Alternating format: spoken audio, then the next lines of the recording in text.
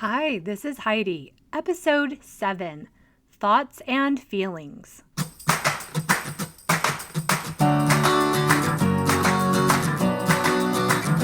This podcast is for people using confidence, curiosity, and courage to solve their problems and realize their dreams. I'm glad you're here.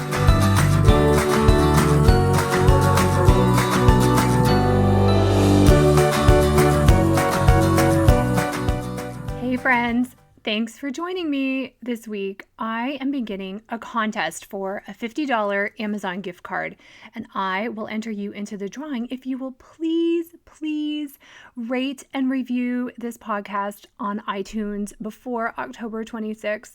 5 stars sounds nice. A big please and thank you from me. This allows so many more people to find the podcast, and early reviews really help my podcast. And I am so encouraged and motivated and humbled by the emails and comments that I've received from so many of you, and how a lot of the tips and tools and experiences that I'm sharing are really helping you.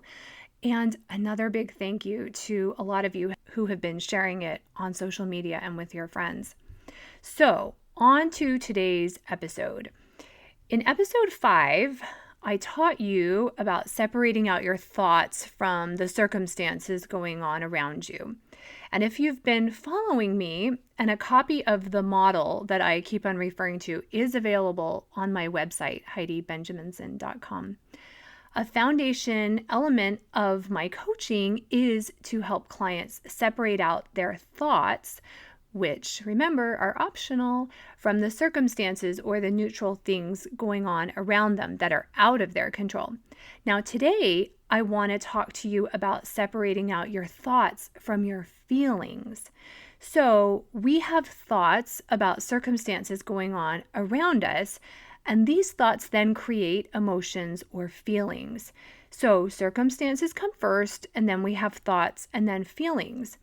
And by slowing down and gaining this level of awareness, we are able to feel so much more increased emotional control.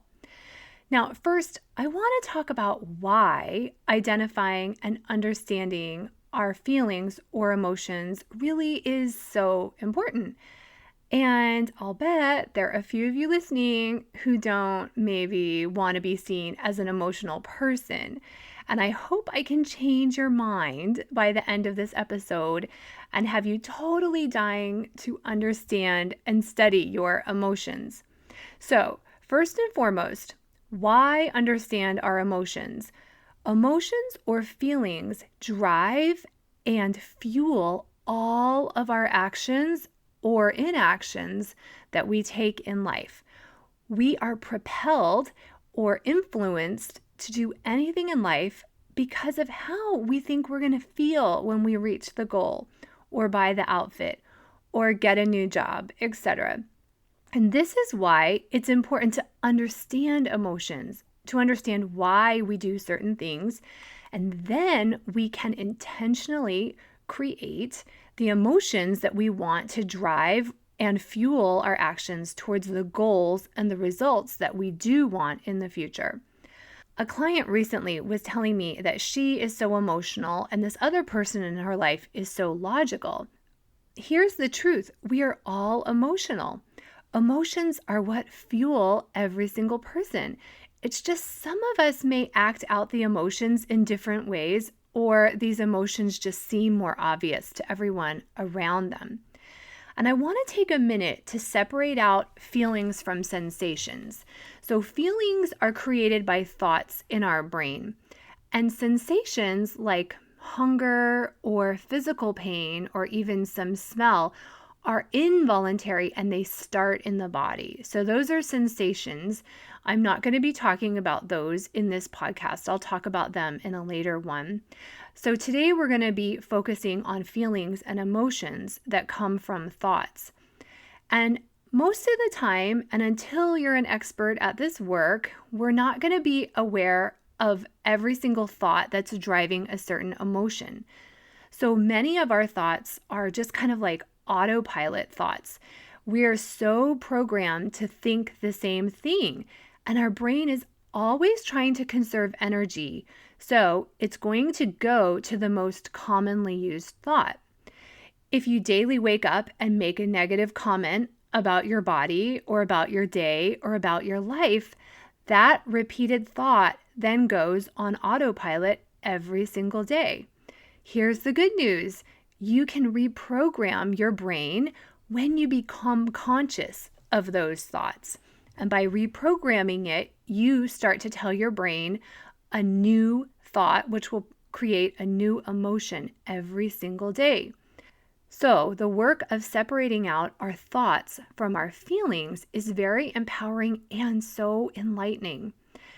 Most likely, you're aware of how you're feeling throughout the day and can identify that easier than identifying the thought that's creating the emotion.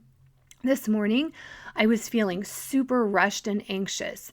After my kids left for school, I saw an important form on the counter that my daughter really needed, and our family was distracted as the kids were getting out the door. And the paper wasn't making me anxious all of a sudden. If it was just any other paper, I would have just left it there.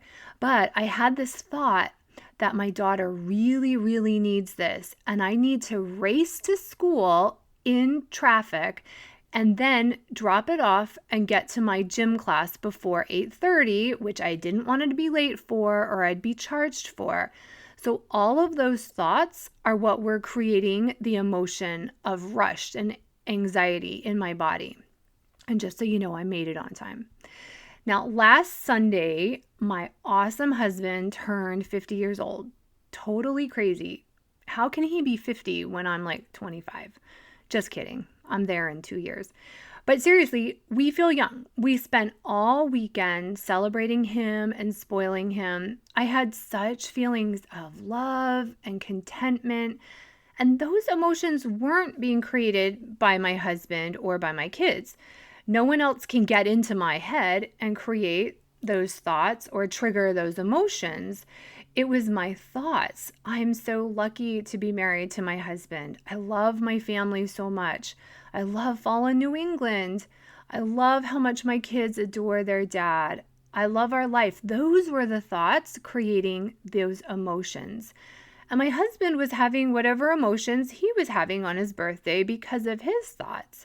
My thoughts can't create his emotions. Although our family did give him an awesome present, and his thoughts about that clearly made him happy. Now, I can also look at my children and feel other emotions. I was very frustrated with a child earlier in the week. They weren't making me frustrated. They were just a neutral circumstance. It was my thoughts that they were not being responsible and respectful that were creating the frustration inside me. I spent many years working hard and trying to parent like a good parent to keep my kids' rooms clean and getting mad at them and motivating them and getting frustrated and making their messy rooms mean that they don't care about the things we buy them, and worse, that they just want to be a mess. Then I realized all those thoughts were optional and I didn't like those feelings. And I took time to analyze my thoughts, creating the emotions, and I decided I could change my thoughts to change what I was feeling. Now, it doesn't mean that I don't hold them accountable for the chores and things around the house, but I have more control over my emotions, and I'm able to motivate them from a place of love, not frustration. And I'm not blaming my kids or their bedrooms for how I feel. I know that I have to take ownership of those emotions. Now, when my husband and I are going on a trip, it's very common that we both have very different emotions as we're getting ready to drive to the airport. Now, Bill comes from a long line of early arrivers, and he stresses big time if he doesn't arrive somewhere very early. And I know I'm always going to get where I'm going to get on time, or it's going to be okay. I've had a few near misses. Ask my kids about us racing through the Orlando airport and JetBlue saying, "Oh, it's the Benjaminsons," as we ran full speed to the gate. That was way too close for me. But I don't like the feeling of excessive worrying and stressing before a trip. It makes me forget things. And I think that's worse than not being early. So I intentionally manage my thoughts to control my emotions so I stay calm and I remember everything that I need and my family needs for a trip. And I asked my husband, what's going through his head? What are his thoughts as he starts feeling stressed before we leave? He said he's thinking, why are we still doing this? Why haven't we left yet? It's going to make me late. Oh no, what if we hit traffic and get to the airport late? And what if we miss our flight? Every single thing could go wrong and it's going to mess up this trip. He said his mind starts seeing everything that could possibly go wrong, and that creates the stress. And he has this neural highway of thoughts that goes through his head and builds up that emotion to get him anywhere early. And it works for him. He's never late. But it isn't me or anyone else making him stressed, although he would like to differ with that, but it's my podcast, so he can't differ. It's his thoughts about the time and so forth that create the emotion of worry and stress. Now, in reality, I love that he isn't late, but I've had to learn not to mirror his emotions and to stay in control of my thoughts. And it takes both of our emotions and planning to get us places on time and with the right things.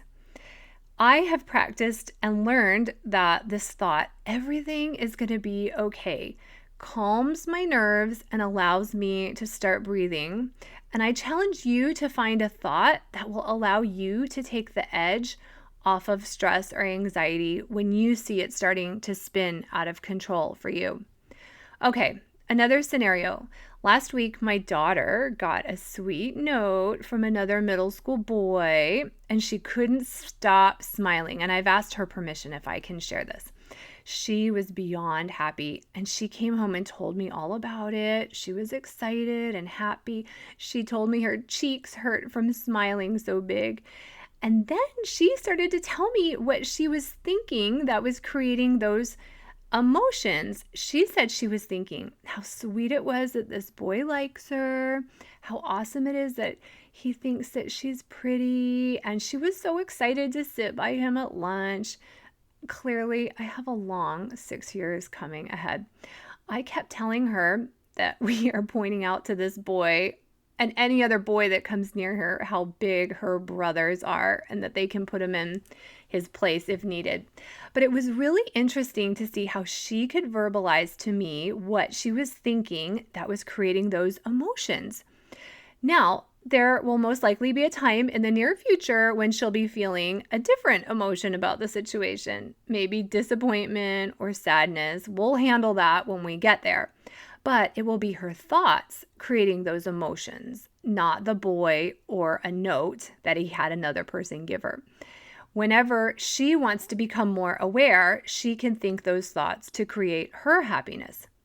Now, another common daily emotion for us is the feeling of overwhelm. Maybe overwhelm because we look at our calendar, or overwhelm when we look at our to-do list. When we pause and ask ourselves what thoughts are creating the emotion of overwhelm, it's usually thoughts like, oh no, there's so much to do, or I won't get it all done, or it's going to be a busy and stressful day. Those thoughts are all optional, and they are creating the emotion of overwhelm. A good practice is to ask yourself, how do you want to feel today? Then experiment and choose a thought that can create that specific emotion as you check things off your to-do list. Now, speaking of emotions and managing worry in particular, I help clients explore what's the worst thing that can happen in any situation. And we detail out exactly what could be the worst thing to happen and what they will feel at that time if for some reason the worst thing really does happen. It might not feel good and will create chemicals in their body, but it will pass over time. The worst thing to happen is always feeling an emotion. This is why it's so important to identify and manage your thoughts when you feel yourself feeling heightened worry or anxiety or stress. Rarely is it useful, and our thoughts are spinning out of control.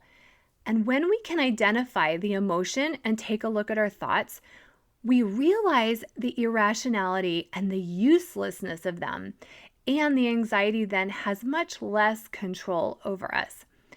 We realize that we're worrying about things that we have zero control over, and when we are aware that these thoughts are optional, we are empowered to manage our emotions to a greater degree. Stress and anxiety don't just happen to us. Our thoughts create it, and we can control them when we learn to separate the thoughts from the emotions in our bodies. And we shouldn't limit our lives or what we try to accomplish because of our fears. Because our fears, you guys, are just emotions. Maybe embarrassment or shame or disappointment. If we're afraid of failure, we're afraid of growing and improving and expanding and creating. All successes and accomplishments in life come from an equal amount of negative emotion. We have to be willing to feel it all. Truly confident people are willing to feel any emotion in life. Now, understanding that an emotion like discomfort is really an emotion that's helping us is very important. If we tell ourselves we don't like discomfort, we're saying, oh, I'm done growing. And here's the thing, those emotions will always be caused by our thoughts. And when we realize our thoughts are what are causing shame or rejection or humiliation, we're more willing to take risks and then feel responsible for those emotions when they do happen. My oldest son has been injured most of the last month and hasn't been able to play the majority of his school varsity soccer games. And I realized a week ago that I was disappointed, and I sat and asked myself, like, why am I feeling this? Like, I wanted to really identify the emotion and then identify my thoughts. I identified disappointment as the loudest emotion in my body, and I realized what I was thinking. I really love watching him play and seeing him excel at something he loves, and I'm just disappointed that I can't see him this season. I'm creating the disappointment, not him at all. He's enduring his own emotions about the situation, which are caused by his thoughts. And because he's not a very expressive child, I don't know exactly what he's thinking or feeling. But regardless, my thoughts aren't causing his emotions. His thoughts are. I was coaching a woman recently who told me of an experience with one of her children and how she was so touched by something so kind and complimentary he had said about her to the family. And she was so proud and happy, which she should have been. And I asked her what was causing these emotions. What did she make his words mean? And she said she was thinking, well, I'm a good mother. I'm doing something right for my children. Those thoughts created the emotion of pride and happiness and confidence. It wasn't her son. Although, for any sons listening, you should totally give your moms a lot of praise. I'm just saying. But seriously, helping her see that those thoughts are always available in the many other situations when maybe he's saying other things or he's acting in other ways gives her more emotional control. Because all moms are being awesome moms when their kids are mad at them and also when they're happy. And our emotional wellness hinges on us being able to have our backs and know we're doing our best and feel confidence, even if our kids don't like what we're saying to them. All parents leave the hospital after their children are born, knowing hopefully how to change a diaper. But I think the more powerful tool we need at every stage of parenting is the ability to create mental confidence, to know we're doing the right thing, no matter what is happening. Emotional health is a skill and is very worth the work. This is what I help clients do every day, understanding why they're feeling a certain way, this type of causal coaching, not coaching the symptoms, but getting to the root cause of a problem, allows us to take control at our most basic level and make lifelong changes, not just changes that stop after our willpower dries up. But being able to manage our emotions gives us control over our lives, our decisions, and our futures. Now, here's the last thing that I want to leave with you. All we ever want in life is a feeling. We want to be married because we like the feeling of love and happiness and security. We want our children to do well so we can feel content and pride. We want money so we can feel security and peace. Those things do not make us happy. Our thoughts about them create the emotions and the feelings we desire and will experience when we have them. So, knowing this gives us the emotional control and power over our lives. And when we practice identifying the thoughts that create those emotions and any other emotion we might want, we can have that when we want it, and even right now, without changing anything around us. This is true emotional health. Now, if you would like help managing your emotional health, please contact me at my website at HeidiBenjaminson.com or send me a message on social media. In one coaching session, I know I can help you gain control over what you're thinking and feeling, and thus creating in your life. I am a certified life coach, and I can help you.